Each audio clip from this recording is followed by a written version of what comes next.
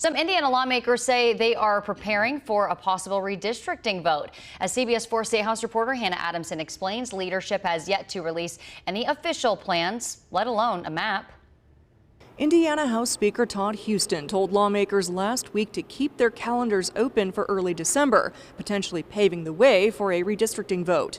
However, with the holiday season rapidly approaching, no redistricting bill has yet been introduced in the Indiana House. This is kind of the, as we say, the come to Jesus moment in the next couple weeks. State Representative Craig Haggard says he anticipates a vote to redistrict will take place in the House, a vote that at this time has not been guaranteed. And it really is getting down to the wire, so one way or the other, I think, definitely prior to Christmas, we'll know what's going on.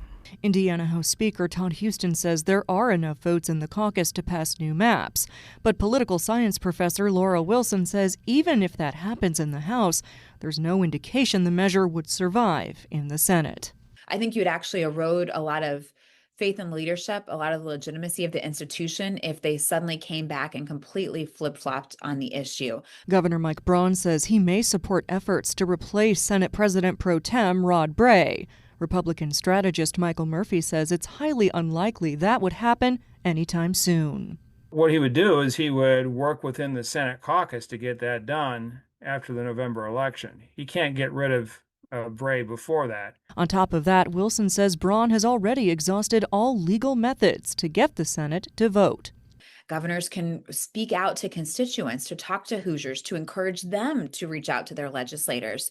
But those are all informal means of power. This comes as Indiana State Police continue to investigate a string of swatting incidents and threats that targeted Governor Mike Braun and 8 Senate Republicans last week.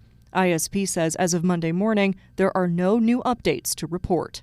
The Indiana GOP and the Indiana Democratic Party condemning those threats Monday, a joint statement reading in part, quote, "Threats of political violence and intimidation on elected officials have no place in Indiana."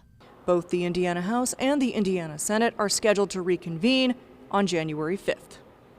Reporting from the Indiana State House, I'm Hannah Adamson.